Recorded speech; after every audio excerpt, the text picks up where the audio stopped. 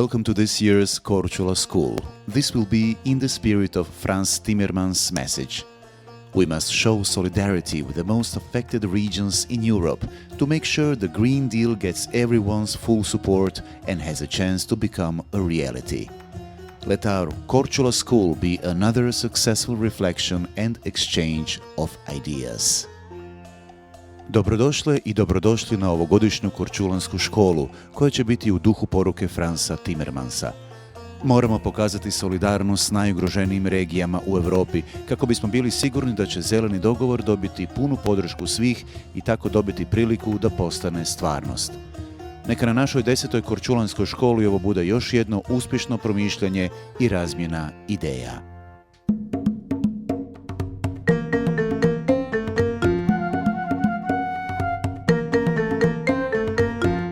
We hope to have a very substantive discussion today.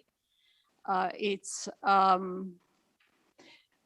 going to flow from day one, when we had a lot of partner discussions on the just transition, on the Green Deal and what it means for the region, and on how that plays out on gender equality and women in politics.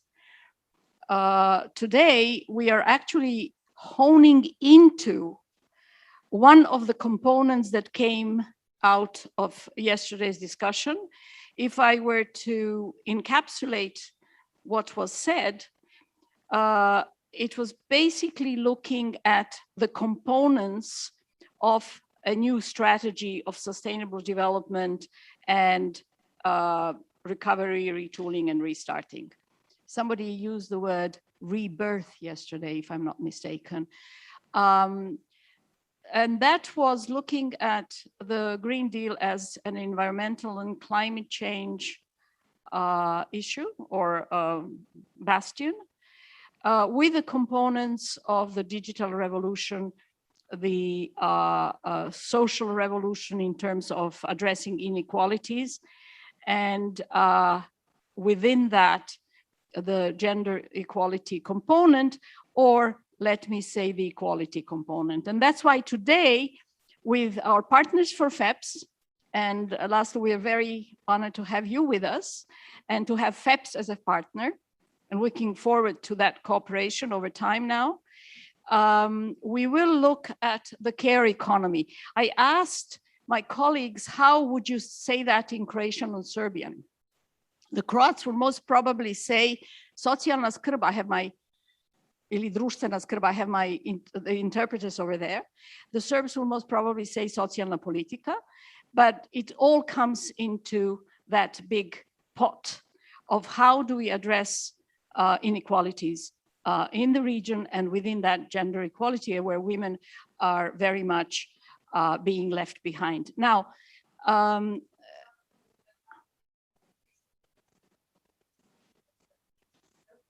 okay.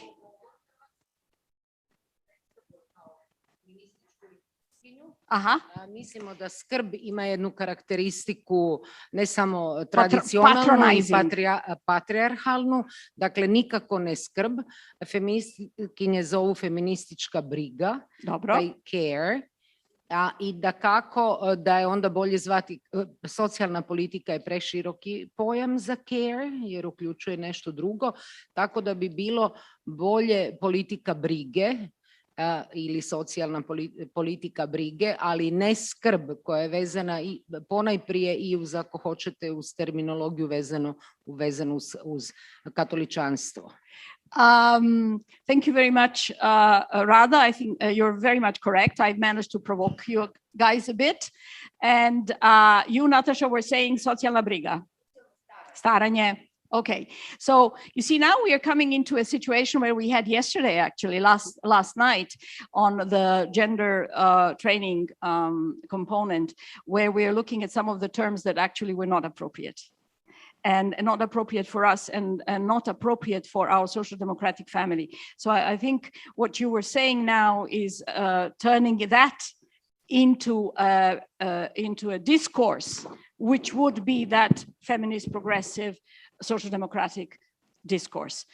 something that we very often do copy paste from the neoliberals, and we forget, or the conservatives, whoever, or the conservatives actually corrupt the terms. So thank you for starting. As you see, Laszlo, we're going to have a live discussion here. And I just want to say thank you for partnering with us. And I must say also that we are learning a lot from you. We learn a lot from the foundations we work with in terms of your capacities to, especially FEPS capacities, to do the research, to do more in-depth. And we hope that we'll be able to use that to turn it into a policy perspective and policy dialogue. So I'll give the floor to you. We'll have two components. One component will be on the care or caring economy, as somebody said. We've had a very interesting discussion on the terms, and then go into gender sensitive budgeting, which came in very strongly yesterday. But we did not go in depth, so that might be the opportunity. And we have Marion here and our colleague Janet. Over to you, Laszlo. Thank you very much. Dobro jutro, first of all. Thank you very much for inviting, and indeed, I should congratulate for running the Korcula School for over a decade, and FEPS indeed is a very proud partner. And I should also say that you are lucky with FEPS, because FEPS, in my view, is the most serious think tank in Brussels, which works on the questions of gender and gender equality specifically. And we have been building up and developing this portfolio through the years, not only to enhance the number of projects and the diversity of topics in connection with gender equality, but also involving more and more partners and including gender topics in FEPS publications. I managed to bring some. I'm glad you picked a few up. There is no sufficient number to everybody to get a copy of our books or journals. But you can download them also from the FEPS website if you couldn't pick up a hard copy before the session began. In my short introduction, I would like to highlight that the COVID-19 crisis in the last 18 months is a turning point from the point of view of gender, because it runs a risk of turning a slow-burning crisis into a fast-burning crisis. We speak about slow-burning crisis when you don't face necessarily an emergency, but there are deep and developing imbalances, which at some point are likely to lead to some kind of breakdown or upheaval. And at the time of the COVID-19, indeed, we have been facing on several accounts developments which are likely to turn, or at least bring the risk to turn, slow-burning crisis to fast-burning ones in the context of gender equality. I would like to highlight three aspects in the introduction. And I think it will be obvious at the end why I'm highlighting these three. The number one is that we, in the previous decades, went through an experience when public investment, and sometimes investment in general, has been under constant pressure because of specific fiscal rules and economic governance structures. And at the time of the COVID-19 crisis, we suddenly found ourselves in the emergency because of the consequences of the constant pressure on public investment, because without public investment, you cannot develop sufficient capacities in the health and care sectors. And at the time of the pandemic, obviously, there was a suddenly rising demand for the services of the health and care sectors. And in countries which experienced the greatest depression of public investment, even if the economy was growing for a long period, measured in GDP, they found themselves, and the people working in these sectors found themselves in an almost impossible situation and a hugely demanding situation. And why is this interesting from a gender perspective? Because women are, as we know, overrepresented in the health and care sectors in Europe. So the last 18 months was particularly demanding, but it's not simply because a pandemic came, but it's also because we found ourselves in the pandemic after a long period of depression of public investment, especially in these sectors. The second example of a slow burning crisis turning into a fast burning one is the question of wages. What has been happening to wages in the past decade or decades? The increased flexibilization of the labor market, which was enhanced by the development and the introduction of new technology, the development of network economy, network services, and the rise of the so-called gig economy, created a new environment when an increasing share of the work was casual work without the conventional norms of stability. And the gig economy started to create avenues leading out not only of the stability of employment, but also social security. The gig economy typically, though not exclusive, but typically has been a sector without unionization, without conventional forms of collective bargaining, which is a method, especially in Europe, but also beyond Europe, to keep wages at a decent level and subject of transparent bargaining between employers and employees at company level, sectoral level, and sometimes on a national level. So since the great financial crisis, as we know, there has been a lot of job growth in both America and the European Union. But in America, almost exclusively. In the European Union, about 3/4 of the new jobs arose in the context of the gig economy or other flexible forms of employment. Now, why is this an issue? Because wages have been lagging behind. Wages did not pick up as well as they could have. If you look at it from the point of view of productivity and GDP growth, and the COVID-19 crisis gave an additional boost to the gig economy. Why? Because hospitality sector closed down, restaurants closed down, everything became subject of delivery, and the deliveries were delivered through platforms and not conventional forms. So again, there is an explosion of the number of people working in this field, where the bargaining power of the employee is very, very modest as compared to the conventional forms. So again, we have an issue, the question of wages and wage setting and wage dynamics, where the COVID-19 crisis is creating very acute economic and social crisis, at least potentially. The third aspect I would like to highlight is the question of geography, because COVID obviously created a crisis in terms of mobility. Previously, because the European Union offers free movement, not only for goods and services, but also for workers. This was for many people a solution to match supply and demand if there are imbalances in the European economy. And although a lot of people have the image of the Polish plumber, which is likely to be male, or the young construction workers who went from Latvia to build the Olympic facilities in London.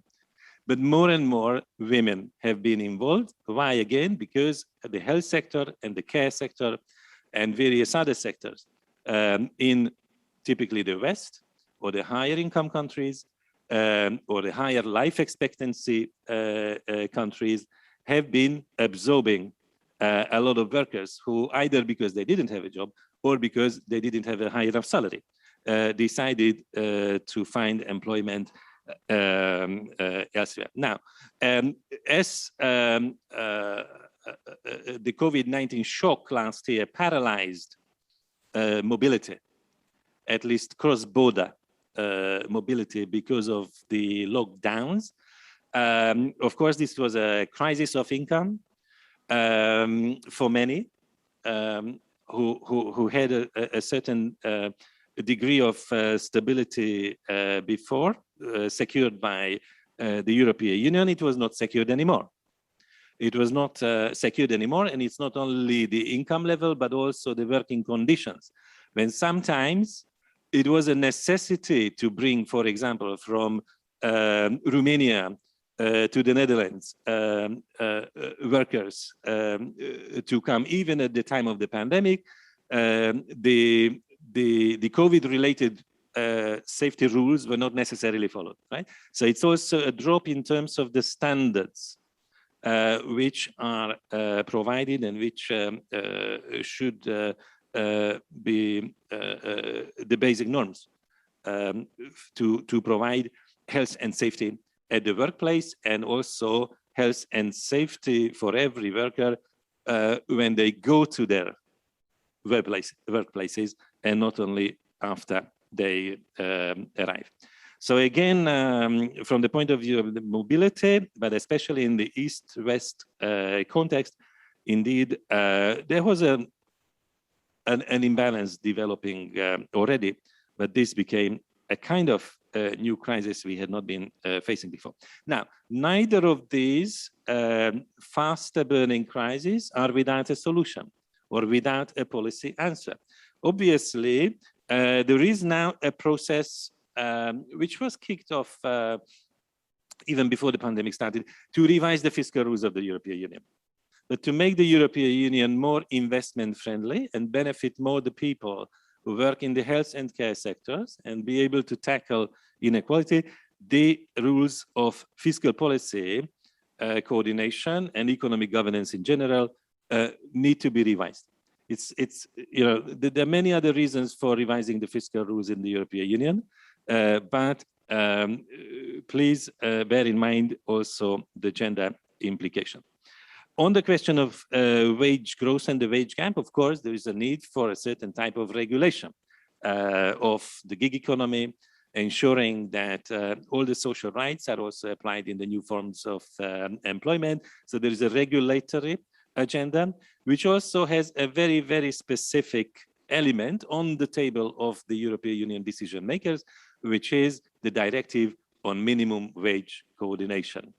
There are more women working for the minimum wage than men in Europe, and the success or not of this directive will have strong implications on the gender pay gap and how it develops in the future. So please keep an eye on the future and the fate of the minimum wage directive. And what concerns the East-West mobility, the concept of the health union is absolutely fundamental. Again, interestingly, the concept of the health union already emerged before the pandemic, but it was the pandemic which also convinced the head of the European Commission, Ursula von der Leyen, that this is a concept that needs to move ahead, to succeed, to lead to concrete results. And it cannot be simply something which allows for setting new standards in providing health services and maintaining emergency mechanisms for the next pandemic or the next acute crisis.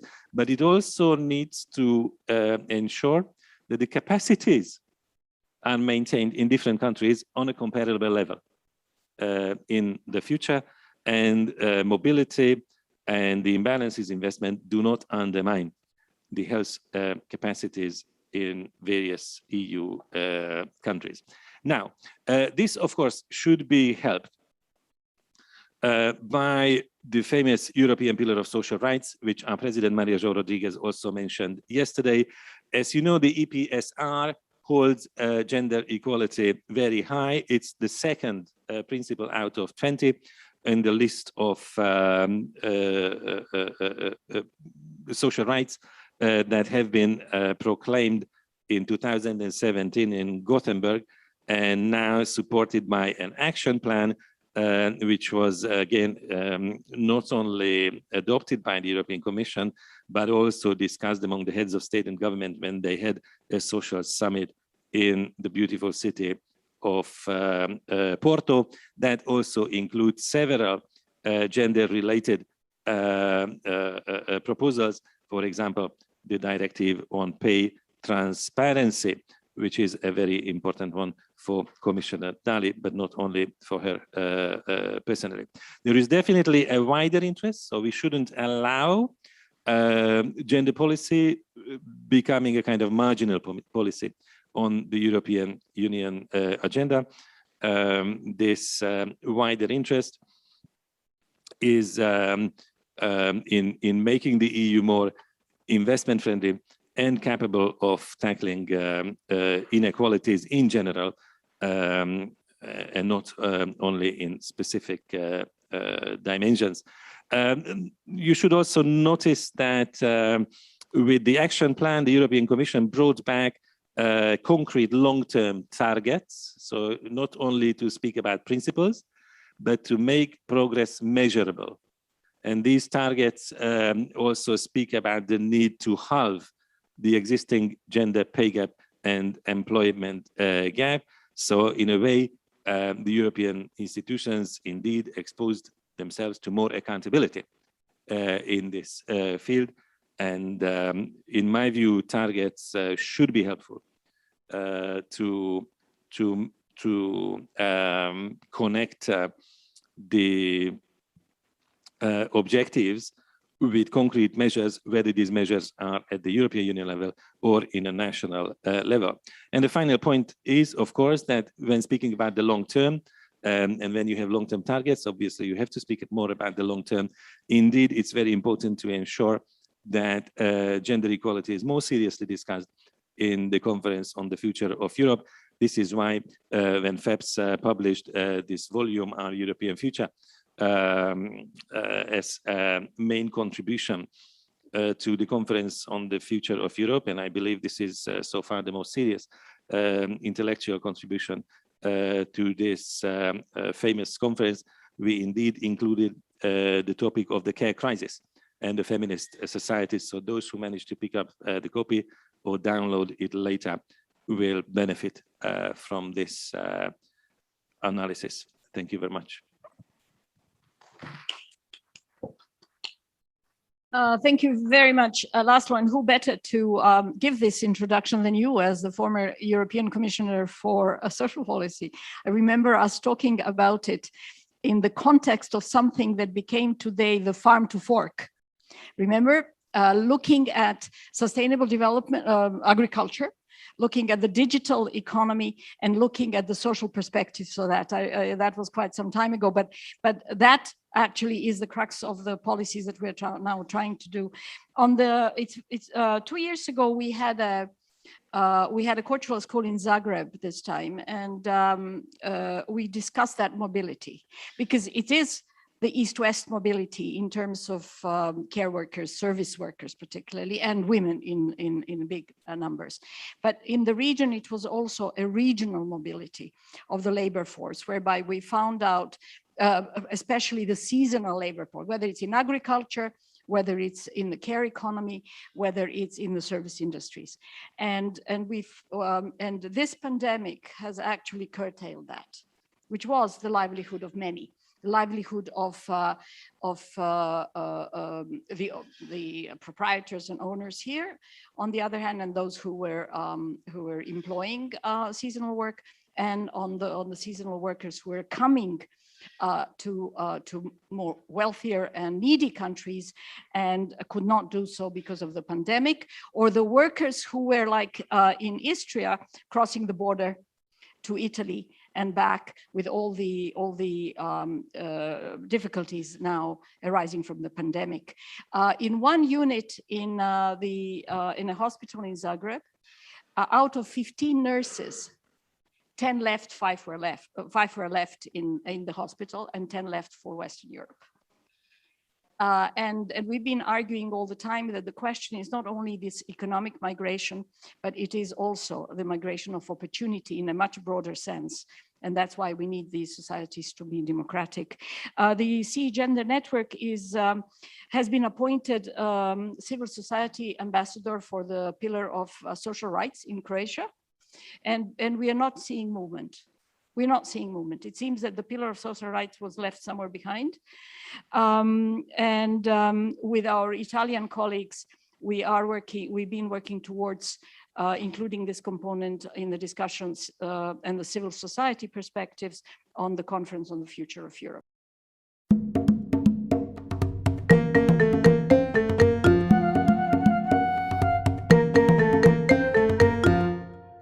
Well, good morning, everyone. On this note, I would like to wish you welcome, and I'm actually delighted to be able to join this year's Korcula School, even if from Brussels.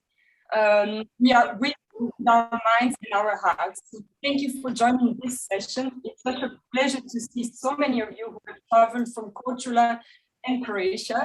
But let me also greet our virtual audience as well, as we are live streamed on social media.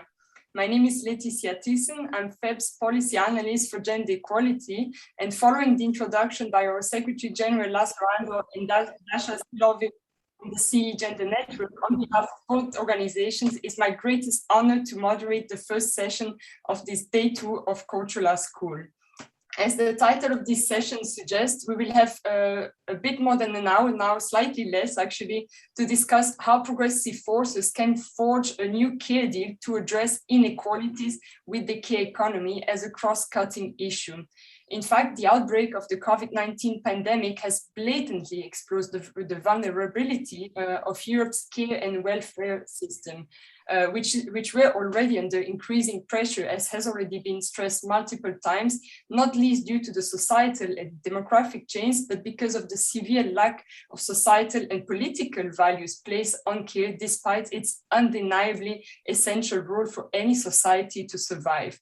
The discussion will therefore focus on how care inequality is a complex social phenomenon, deeply interconnected with gender, demographic and regional inequalities, calling for solid progressive answers. In order to address this timely issue, which has been at the heart of our work at FEPS, together with our close partners such as the CEE Gender Networks, but also FAS, today's session will be an opportunity to shed light on care, not only from a gender inequality point of view, but also from a regional inequality perspective. And that is precisely why I'm delighted to count on this honorable set of speakers today. So let me introduce you first to Elena Zayashenko from Brussels in Belgium. Elena is a doctoral researcher from Tampere University in Finland on care and social reproduction, East-West migration and gender equality policies in the EU.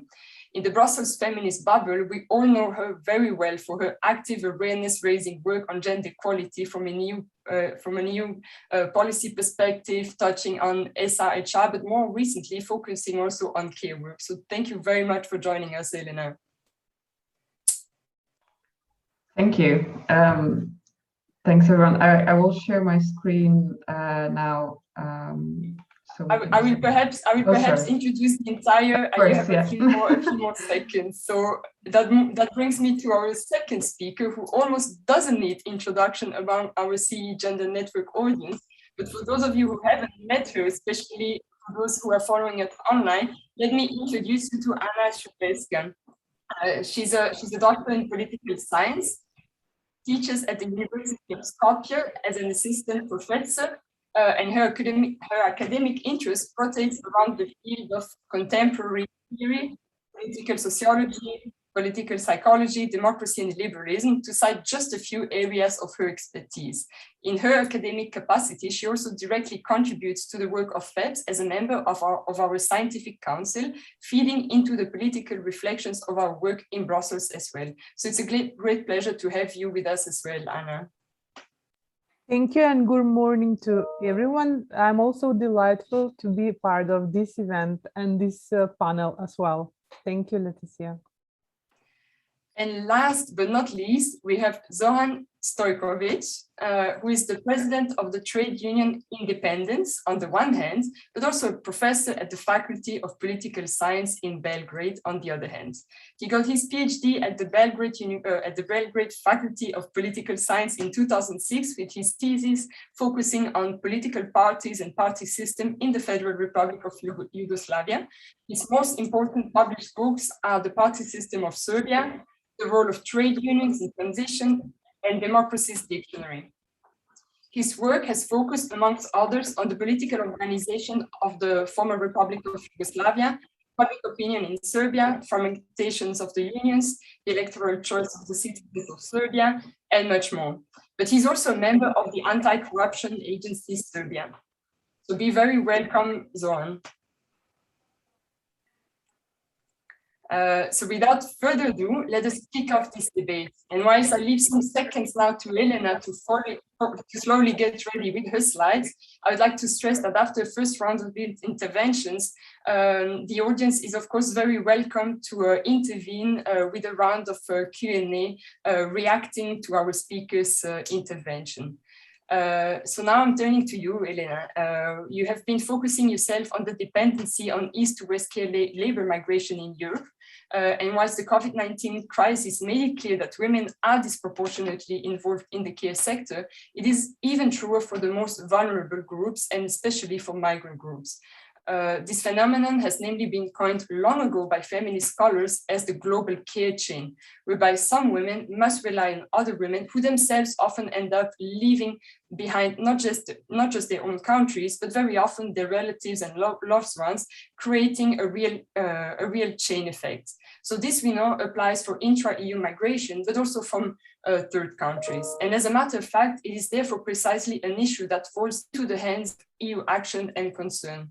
As a researcher, you have yourself taken a close look at this phenomenon, which enabled you to formulate concrete recommendations. And therefore, I would like to ask you, in the light of the ever more mobile nature of Europe, how can the EU ensure a fair balance between the migration care chains from Eastern and Central Europe on the one hand, and Western Europe's reliance on this workforce to keep the care system afloat?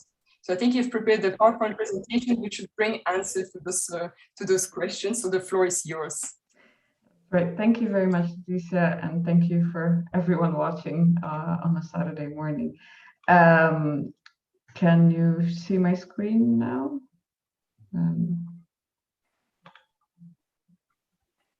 Okay, great.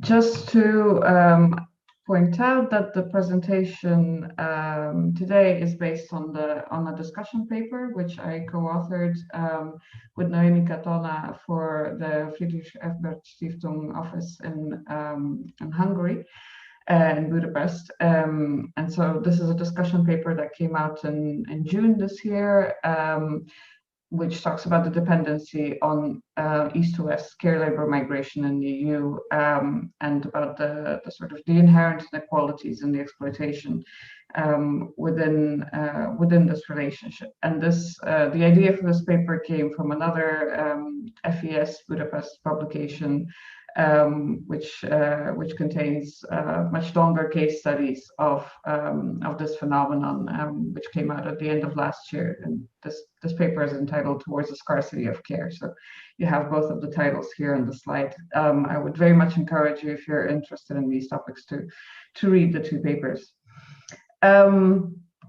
Okay, moving on. So what we focused on in the discussion paper on East to West care labor migration is specifically the live-in long-term care sector in the EU. So this arrangement whereby carers live in the household of the person for whom they are providing care. And this is an arrangement and a care model, especially for elderly or disabled people, which is one of the most dominant arrangements in several Western European countries, in particular in Austria, Cyprus, Germany, Greece, Italy, Malta, and Spain. So the long-term care sector of these countries is very much reliant on on this type of live-in care arrangements. And this type of care, this live-in care, is predominantly performed by migrant women, and many of them are from Central Eastern Europe, in particular Poland, Romania, Slovakia, the Czech Republic, and Hungary. And of course, there is a lot of migration from non-EU countries to Western EU countries for this very reason. But we wanted to, in our discussion paper, focus on this element of internal EU migration, because it's something that's very often overlooked. It's something that's assumed to be no problem at all, because, well, since we're in the EU, the rules are the same for everyone. So there must be, very convenient labor opportunities and standards for everyone. But unfortunately, this is not the case in this sector, which brings me to the next point of the labor conditions in the live-in long-term care sector, which we see, which are characterized by a very high dependency on the employer due to the nature of the arrangement of the person living in the household of the employer, and therefore the potential for exploitation, for isolation, and of course excessive working hours and a lack of rest time. So very often this is 24-hour care without any breaks or respite. Despite various attempts to provide legal and fair working conditions to live in care, the sector is still often unregulated. I forgot to mention the map that you see here on the slides, but I think it's a nice illustration of the situation that I'm talking about. So the slide is showing the countries of origin, the nationalities of care workers in Germany, in order of how many care workers, of the proportion of the care workers who come from particular countries. So as you can see, the number one origin country for care workers who come to Germany is Poland, then it's Slovakia, Romania, Bulgaria, and so on. And in fact, care workers who actually originate from Germany are 1% of the workforce. So it's really a significant phenomenon that we're talking about. So this brings us to the point of, well, how did we get here? How come there is this very strong dependence of entire care systems in the west of the EU, or in certain countries in the west of the EU, on the labor of Eastern European care migrants? First of all, there was this sort of lack of recognition of the importance of care. Even though European societies are rapidly aging, we're facing a demographic decline in terms of working populations, and an increase in people who need care in their older age.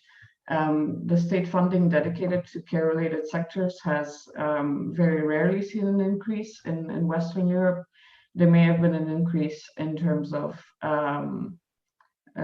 adjusting for inflation, but there was no such increase in the countries of origin of migrant care workers very often. And in any case, the needs have gotten greater, so adjusting for inflation is not really going to solve the problem. So this means that there is this sort of discrepancy between the care needs and the care provision provided by the state, which leaves private households in a position where they have to handle this increased burden of care themselves. So they have to find solutions essentially either within their own time and availability, or on the private market. And indeed, there are certain states, or many states actually, have encouraged the purchase of domestic work or of care labor on the private market.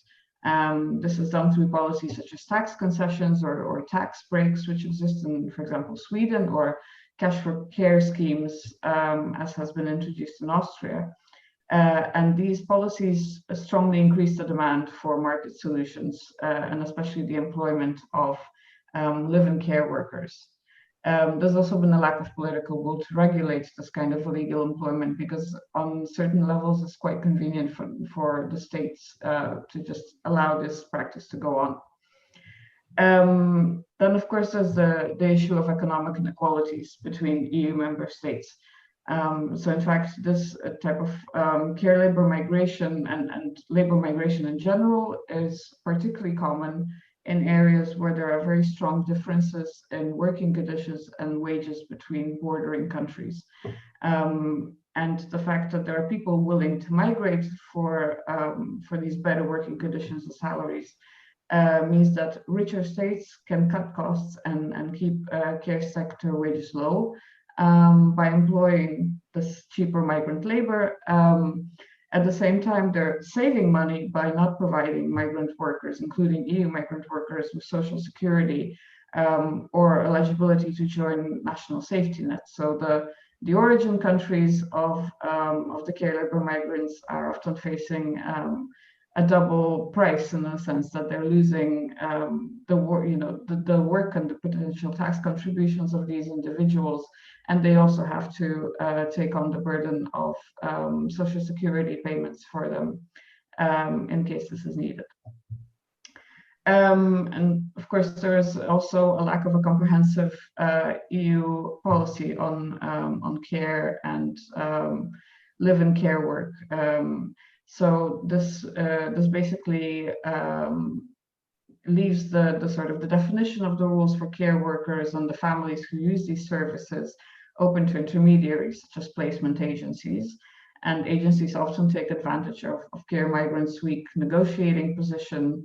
They impose working conditions that are far from decent. They apply fees that are not called for, and they further reduce the already low pay. And of course, they can also contribute to this marketization and dehumanization of individuals. And this is what the image that I've included on the slide is about, which is an advert for a placement agency for care workers in Germany, which basically shows this older lady and her care worker, and the caption reads "Grandma's new Polish."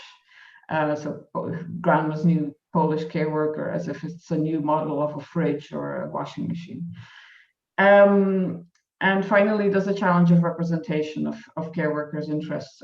It's quite difficult for trade unions to mobilize care workers due to numerous logistic reasons, like they're hard to reach and they work in isolation and in private homes.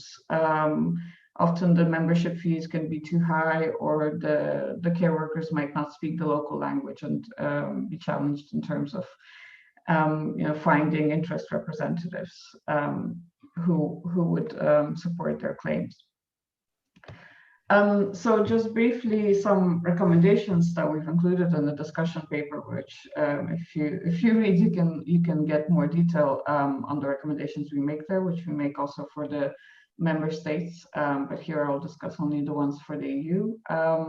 So in the short term, there's a need to really ensure that live-in care workers' rights as workers are respected, and that they're, as much as possible, this is not irregular employment, but it's brought into norms and standards of labor regulations of the country in question.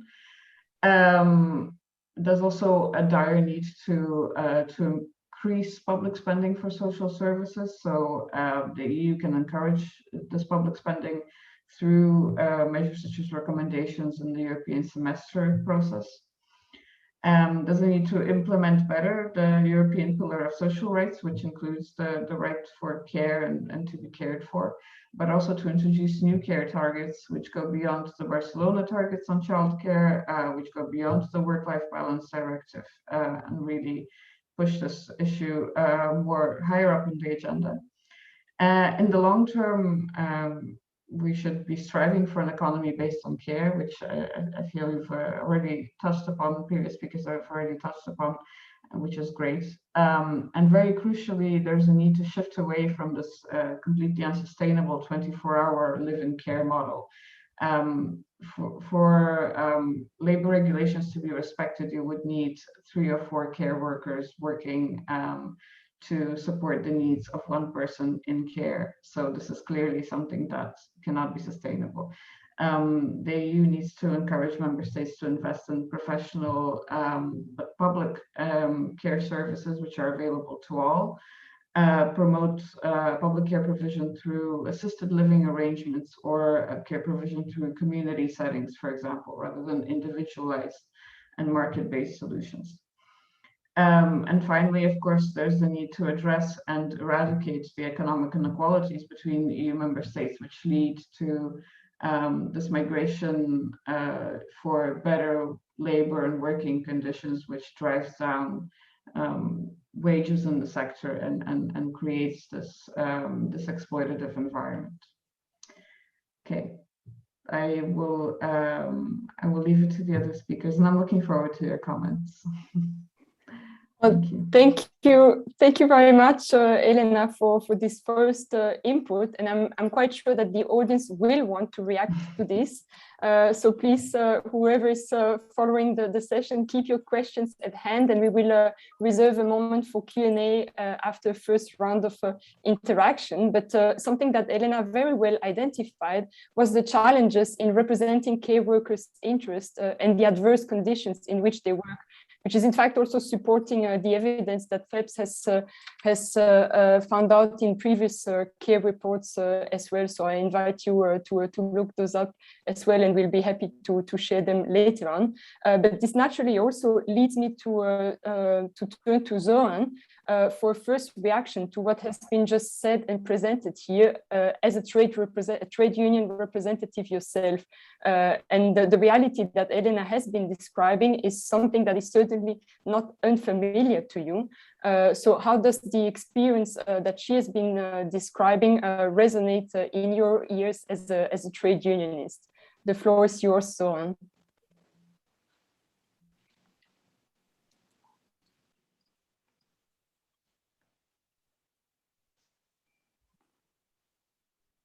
No, he changed his mind. Is he still there?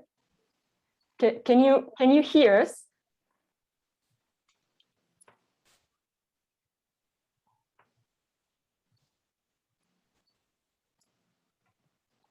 Maybe we have a little technical issue. I will come back to you later, Zoran, trying to find out what is the issue, and that brings me then to turn to Anna, because you've been asked specifically to offer some regional perspectives on the interplay between the care economy and social and gender inequalities. And as a political scientist at the University of Skopje yourself, there's no doubt that you've been following the policy response to the COVID-19 closely. So could you explain from a political analyst perspective what have been the key measures put in place in the wake of the pandemic in your country, but also more precisely how these take into consideration the urgent need for gender-specific responses? Thank you very much for the invitation and compliments, the greatest compliments to organizers, to brilliant speakers, and of course to enthusiastic determination on social democratic and progressive and indeed humanistic agenda. I have to post here deep apologies for not being capable to provide regional perspective on the issue. Even I was discussing with the Office of the Prime Minister and the Minister of Economy, so they were assuring me that it is too early to have concrete data on the issue. So that is why I will be focused more on Macedonia, on North Macedonia, and I will stick to the 15 minutes rule. So I will speak what has been done so far in North Macedonia as a response to the crisis. So now just let me share my PowerPoint presentation in order for you to Okay, in order to be as clear as possible. So, what has been done in North Macedonia as a response to the crisis? We have to have in mind that our government is led by Social Democrats since 2017, and one has profoundly committed herself to secure sustainable welfare agenda, redistributive justice, solidarity, and it prompted sound rules and spirit as our times in need require. Indeed, the care economy is here in focus as the one is substantially and phenomenologically related to social democracy. So, of course, that our government led by Social Democrats had put focus on it before the crisis and during the crisis, and still continues to work on this issue. So I have about the pre-electoral program of Social Democratic Union of Macedonia. I have 4 slides with listings where one can find some of the care economy targets provided by this government. I can list them out loudly, but I don't think that if there is a time for such a move, so just let me mention a few. For example, strict determination for new jobs and higher salaries, then adoption of new laws, for example, the new labor law and the social entrepreneurship law. Then the government has established functional institutional network for social protection, care for elderly, centers for care and inclusion for people with disabilities, and housing communities for them, protective services related to gender-based violence and other groups of citizens in need who are in the social risks. Also, there is this family social worker that was introduced, then the guaranteed minimum wage, social debit card solidarity, and much more, of course. A state social pension was introduced. Single parent families will have get certain paying tax exemptions for also for public transport and kindergartens, as well as there was improvement of protection of persons with special needs, with increasing the amount of funds for protection and the rights of persons with special needs by 50% during the mandate period. There is also the special fund for employment of disabled people, which should be soon established, as well as part-time work for parents of children with disabilities to continue after 26 years. So there are much more measures, but I had to mention some of them. So as a continuation of this pre-electoral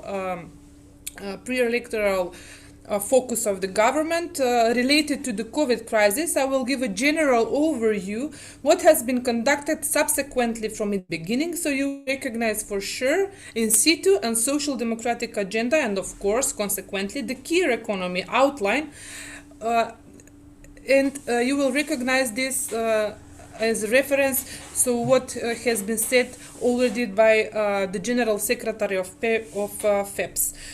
Those interventions have indeed invalidated a social catastrophe and has secured social justice. During the crisis, it is worth to mention that the conservative opposition in Macedonia was devastatingly destructive by constantly trying to block parliamentarian procedures when the anti-crisis measures had to be adopted. They did constant filibustering in order to disable the parliament, but also they didn't allow for the parliament to work remotely and online. This was so dramatic even to that extent when the adoption of the 5th packages of anti-crisis measure that were targeted toward those in need, the Social Democrat MP Bisera Kostadinovska-Stojčevska, you see her on the PowerPoint, had to come even COVID infected in order to vote for the measures intended to help the citizen in need. So government, as I said, of North Macedonia has so far adopted 6 packages of interventive measures in order to deal with the crisis and to preserve as many jobs as possible and to assist the economy and to help to those that really need care. The 6 packages were being oriented mainly towards cash support for citizens, meaning the most vulnerable ones, for stimulating of for their particular and for stimulating the general consumption and consequently for development of the domestic economic activities. Why is this important? Because our economy is in 65% dependent from the consumption. There were also measures aimed to secure direct support for the economy and mostly directed for innovation and development, but also for preservation of existing and creating new jobs. Then there was the support for farmers and direct assistance for unemployed people, athletes, artists, media, and health workers as well. Tour guides also, and other categories that were most vulnerable ones. But also certain tax breaks and debt reliefs were being introduced. For example, for job preservation, there was an intervention via allocating 40,015 dinars, which is the guaranteed minimum salary in this particular moment, for companies directly affected by the crisis. For example, textile companies, textile industries, where the minimum salary is already a norm and people are on the lower social scale. As you probably know, in the textile industries, women are most exposed as workers. Similar injections was also secured for athletes, artists, media workers, and other self-employed individuals. Cash compensations for citizens who have been left without work due to the crisis.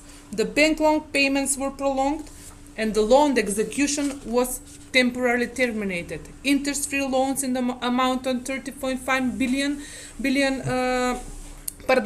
euros and soft loans in amount of 50 million euros from the Development Bank were being placed through the commercial banks. The first of packages worth approximately 200 to 215 million euros, so 2% from the GDP, were particularly inhibited the first blow of the crisis, and they were projected with total value, as I said, of 2% of the GDP, and specifically with the second set of measures was introduced exemption from paying taxes, freezing, prolonging, and reprogramming on loans to citizens and companies, and of course delayed payment of rent for social housing. As I come to the third package of the measures, this one is the most prominent in terms of care economy. And as Macedonia is a welfare state and it is devoted to care economy, the third package of economic measures was imagined to stimulate and increase consumption and protectionism and to promote growth on the domestic economic supply. Protection was directed towards people that need care, first and almost, such as unemployed persons, socially vulnerable categories, young people, high school students, and young people up to 29 years, low-income households, medical personnel, and also towards the economy, and specifically towards the sectors directly affected by the crisis. This is manufacturing, food, export companies, services, agriculture, and tourism. The total value of the third package, it is approximately of the 355 million euros and covers 730,000 users. And most interesting measures from this third set of package are, for example, payment cards for the citizens in amount of 150 euro to use them for buying Macedonian products and services for all unemployed persons and job seekers who do not have more than 15,000 dinars monthly income. Then vouchers for domestic tourism with a value of 100 euro and home payment cards for 50 euros for all employed people and citizens who receive a salary lesser than 15,000. Financial support also for young people, as I said, and payment cards for them also. Vouchers up to the 100 euros to cover tuition at the universities, dormitories, and for high school students too. And this measure also includes payment cards for cash benefits for all persons who lost their jobs from in March and April 2020. There are also interest-free loans for companies through Development Bank in amount of 24 million euros with specific support for women, youth, and improving the digitalization businesses. And also, of course, there was a cash reward for doctors and all the medical pharmaceutical staff, emergency teams in the amount of 40% of the last net salary base. There are much more measures, but no, of course, that I'm not going to read them out loud, all of them. So the fourth and fifth and the sixth packages, the support for citizens continue to be a target, meaning the support for jobs, unemployment, and social variable categories such as pensioners, citizens of other categories, single parents. It is worth of, as you see, 478 million euros. The fifth package was meant to improve the liquidity of the economy in the worth of 160 million euros. The sixth pack was in it's worth of 70.8 million euros, and so far I believe that 10% is already 10 million are already realized for support of the activities that were being closed. What are the effects of these measures? So there are interesting figures related to the effects of the first four packages. We don't have any data on the effect of the fifth and the sixth, so I will stick to the data that I already have. Meaning on the economic activity particularly, and unemployment. In 2020, the economic activity was decreased by 4.5% as expected, and also when the real GDP decreased by 14.9% on the annual basis due to the restrictive measures and deterioration of the international environment. The response to the pandemic fiscal policy in the country was rapid and really significant. Such move had a substantial impact of mitigating the negative effects on the pandemic on household incomes, consumption, and business activity. The fiscal stimulus was that was implemented via these four packages. It is worth 704 million euros, or let's say 6.5% from the GDP. And it estimated that through such fiscal impulse, the decline in economic activity was really moderated, or to say without these measures, the decline in economic activity would be higher by 3.9% for 2020. In terms of GDP component, you can see each of them. If measures would not be taken, for example, if there were not wage subsidies, wage contributions, payment cards, and other cash stimulations, the decline in private consumption would be almost double. For example, minus 11.8% instead to be 5.6%. So the table is showing the calculations by components, and as you can see, there is no concrete component on care economy, which can be stimulus for all of us. Meaning in the regional perspective, this would be a challenge to introduce these kind of calculations. Also, the unemployment rate, after increasing in second quarter of 2020 to 16.7%, prior from it was 16.2% in the first quarter, and in the third and the fourth quarter gradually decreased to 16.5 and 16.1 respectively. So it came that the average unemployment rate in 2020 was 16.4.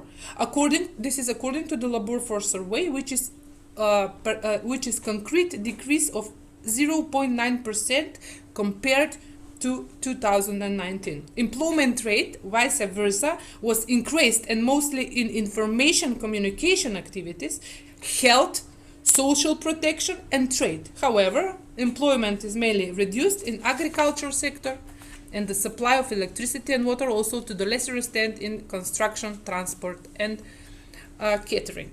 I didn't put focus on the woman issue. This is with purpose, because for the women we have to have another 15 minutes to expose this this issue particularly. But what I can share with you, it is the research that has been conducted during the crisis that I want to mention. This is the link of the publication of the results from this research. So, as everywhere, women in Macedonia during the crisis find themselves torn between houseworks and their careers. Also, they were much more exposed to the violence and all the common problems that women were facing in normal times, but also the problems that were accelerated in the crisis times. So that all of that was confirmed in the study that me and Nita Starova and 3 other persons were conducting during the crisis. Nita Starova is a FEPS officer from Skopje. She's with us today. She's following closely our session, and the school is she's following closely the school. She's PhD candidate, and with her we made a research that one can consult further. And I'm sure that the methodology and the research platform that we have developed here will be useful also for addressing the regional perspective that is missing today, having in mind that that we don't have data. So I think that I will stop here, and thank you very much for your attention. See you later. See you in some minutes. Thank you so much. Thank you very much, Anna. This was actually quite useful to look into the details of what the state has been implementing to reboost the economy, especially taking into account that care work is very often invisibilized in GDP calculations. Unfortunately, we do not have the time to go into that, but I'm hearing that Professor Stojkovic is with us. So he should be also hearing us. Hopefully the translation is working. I'm not sure to what extent you could follow the presentation that was made by Elena, but in what she presented, she was highlighting and stressing the importance of trade unions in representing the interest in care workers, which is something that I'm sure resonates also very strongly in your ears as a trade union representatives. So may I ask you for comments on this very specific aspect, and what have been the responses offered by trade unions and progressive actors to help this essential group of workers? The floor is yours. Pre svega, dobar dan svima i nadam se KS-u. Drago mi je što vas sve vidim i samo je velika nevolja i frustracija, odnosno situacija u kojoj u Srbiji trenutno razgovaramo o minimalnoj zaradi, što je nevesela tema. Bio razlog što nisam došao na Korčulu, za koji sam sentimentalno. Naravno da su esencijalni radnici i da je ili radnici sa visokom dozom socijalnih kontakata nešto što je posebno ugroženo i što je bilo posebno predmet sindikata u Srbiji kad se radi pre svega u okviru pandemije o bezbednosti na uslovima rada, ali i na njihovim radnim pravima. Tako da je sada stvar u tome da ću ja potpuno, čini mi se, izvan konteksta u ovih svojih 15 minuta reći neke stvari koje će neke iznenaditi, a bojim se mnoge i razočarati. Jednostavno, pošao bih od jedne banalne konstatacije na koju vredi podsjetiti, a to je činjenica da je svaki oblik nejednakosti u nekoj vrsti korespondencije i održava se i perpetuira razlikama u političkoj moći i političkom kapitalu. Politička moć najjednostavnije je raspolažavanje organizacijskim resursima i poverenju kao resursu moći za civilne i političke aktere, a s druge strane to je stvar političkog kapitala koji bi najjednostavnije definisali kao moć mobilizacije i moć interpretacije. Znači onoga što bi se u gramšijanskoj tradiciji reklo ostvarenje kulturne i duhovne hegemonije. Zašto sam ovo rekao?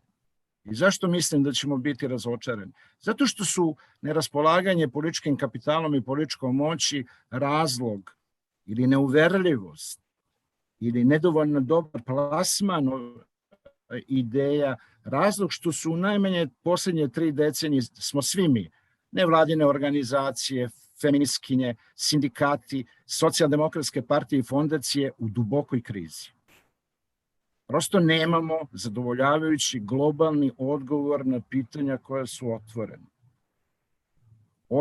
Mislim da je problem što mi recimo smatramo i dalje da su ideje recimo revolucionarnog svetog trojstva, liberté, egalité, fraternité samorazumljive. Hajde malo razmislite koliko ljudi beži od slobode i sopstvene, lične i grupne. Koliko ljudi različito interpretira inače ideološki pregrenan pojam jednakosti, šta pod njim podrazumevaju.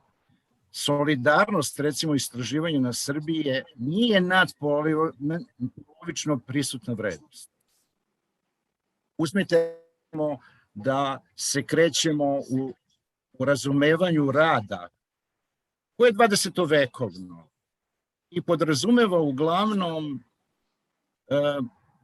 aktivni plaćeni rad izvan kuće, uglavnom muškaraca. Sad ti smo već završili. Znači neka vrsta rada koji podrazumeva i obrazovanje u okviru slobodnog vremena i fleksibilizovanje i skraćenje radnog vremena u okviru nekakvog rada za platu jesu nešto o čemu moramo ozbiljno razmisliti. Biću pakostan. Reći ću da je i samorazumljiv. Mislili smo da ga, kad kažem samorazumljiv, mislim da neko nešto misli da ne treba obrazlagati. Samorazumljiv je naš odnos između demokratije i razvoja.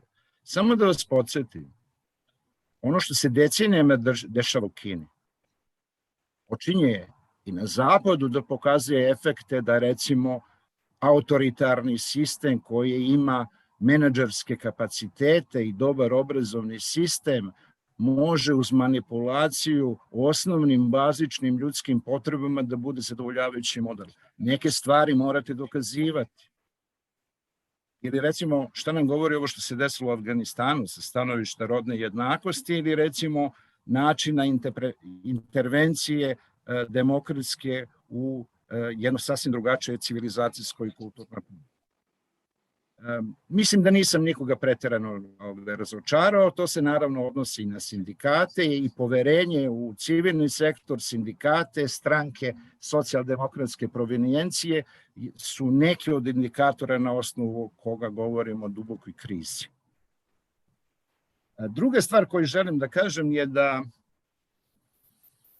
kad se radi o prostoru rada, tržišta rada, to znači da je tržište rada direktno vezano sa političkom moći. Kad ne raspolažete moći interpretacije, onda imate dominantne odgovore koji su nas sveli na uzak prostor ili prozor čak između populista i postdemokratskog pražnje demokratije. Imamo li mi definisan model nekako participativnog demokratskog društva ili demokratskog dovoljno zavodljiv, konkretan i globalan da bude neka vrsta alternative?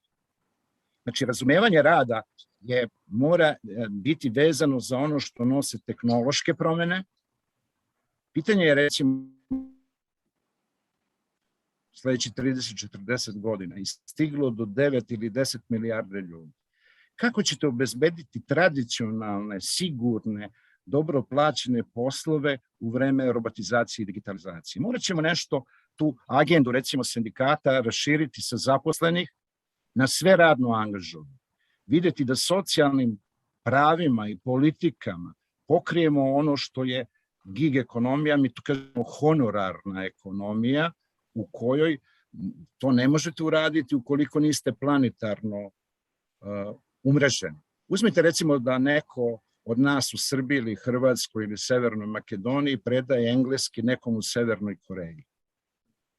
Šta on može da obezbedi kao kolektivna prava? Šta je to uglavnom anonimni poslodavac?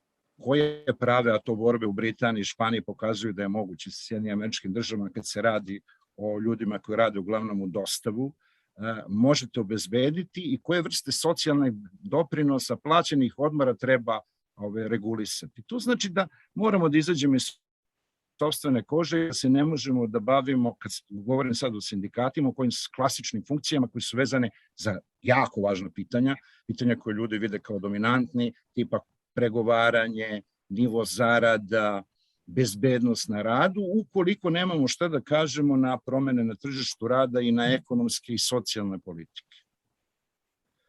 Da ne bi bilo da bežim od ekonomije, kad je Srbija u pitanju, eto, to je neka moja obaveza da najkraće kažem nešto o Srbiji. Kao što svi znate, Srbija je jedan hibridni režim sa padajućim demokratskim standardima, sa visokom nejednakošću na 0,35 Ginijegovog koeficijenta i sa tvrdom siromaštvom četvrtine stanovništva. S druge strane, što govori o kapacitetima poretka i kritičarima poretka, Srbija u nekoliko zadnjih godina ima pristojan rast, iz krize je izašla sa minusom od 1% GDP-a, relativno vrlo dobro, i pokazuje neku vrstu ekonomske živosti na modelu izgradnje i primanja stranih investicija u radno intenzivnim, ali nisko akumulativnim granama. To je ono što teoretičari zovu klopka srednje razvijenosti. Razviće se do izvesnog nivoa, ali nikad nećeš izaći iz ovog ekonomskog i socijalnog limita. Mi moramo da pružimo neku alternativu za to, vodeći umerenu politiku koja balansira razvoj sa socijalnom kohezijom. Informativno, pošto se sad u tome, minimalna zarada u Srbiji neće dostići ni 300 evra, prosječna plata negde oko 500, medijalna zarada, onu koju prima najveći broj ljudi, je negde oko 400 i nešto evra, a do tih plata živi polovina gotovo zaposlenih. Znači imate ogroman problem da sada pokažete da i u okviru pandemije i u okviru nečega što je kakav takav ekonomski rast je politika socijalno neinkluzivna i da je treba menjati. Šta se tu možemo mi da uradimo? Jednostavno, ako su koreni ekonomskih razlikama u imovini, u dohotku, u slaboj socijalnoj politici, mi dajemo proporcionalno manje kao siromašno društvo od proseka Evropske unije koja je negde na 28-29% ljude koje se raspodeljuje kroz socijalne transfere, i to je onda nešto oko čega treba jasno intervenisati i obnoviti tu ideju održive, ali progresivne poreske politike. Inače, nikad nećete smanjivati nejednakosti i prosto ćete ovu već perverznu i paradoksalnu razliku u ekonomskim dohodcima i položajima i na neoliberalnom modelu koji je doveo do 1-2% bogatih, a doveo do stagniranja srednjih slojeva i siromašenja donjih uz nesigurne radne odnose, nećete moći da izvučete. I da, pošto vreme prolazi mnogo brže nego što onaj koji govori misli, reći ću u ovom trećem krugu problemu šta vidim kao rešenje.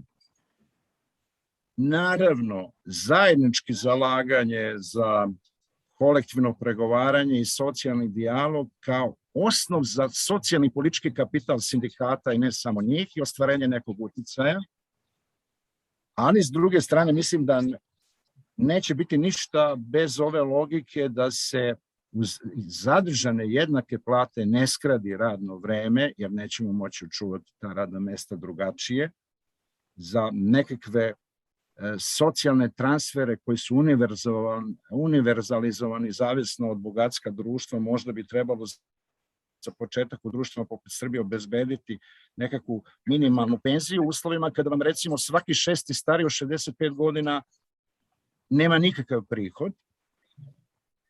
I isto tako moramo ići na tome da razvijamo ovaj netržišni sektor usluga, da kalkulišemo neplaćeni rad, što je posebno veliki problem za žene, i da razvijamo neku vrstu netržišnog sektora.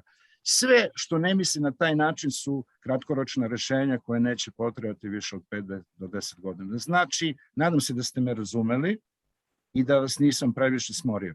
Hvala. Thank you very much for your contribution. I'm a bit afraid that, a bit like you at the beginning, I will have to also make some disappointments because I see that time is passing awfully quick. But I'm sure that this will also leave a lot of room for exchange and discussion in the coffee breaks. And after all, this is also what Korcula School is about.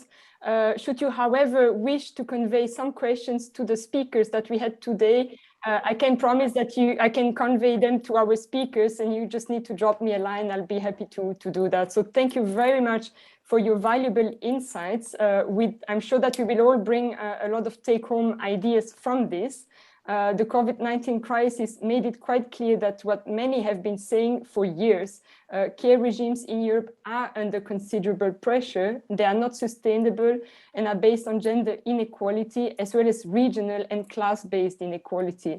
Therefore, if we want to ask what solidarity means in a European context, we must finally start asking fundamental questions.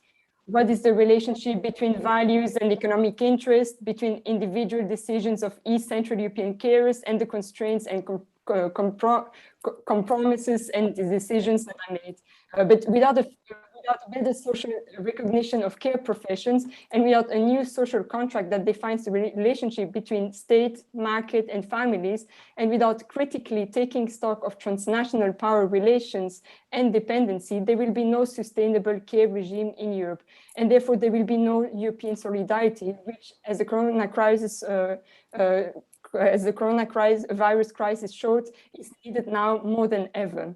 And if you want to discuss how do we actually equip ourselves with the right tools to achieve such a paradigm shift in practice, just stay on with us, as the next session will be a workshop on gender responsive budgeting, exploring how to equip ourselves with the right tools and means for equality. I hope to see you all there, and thank you very much for joining.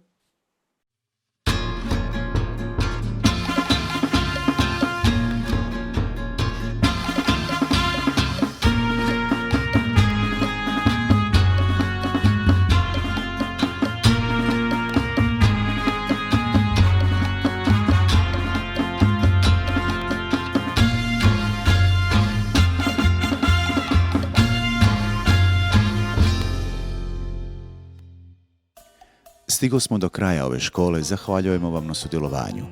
Očekujemo vaše komentare, sugestije i mišljenja. Do našeg sljedećeg susreta neka nas prati misao Dolores Huarte. Svaki trenutak prilika je za organiziranje, svaka osoba potencijalni aktivist, svaka minuta prilika za promjenu svijeta. Hvala vam.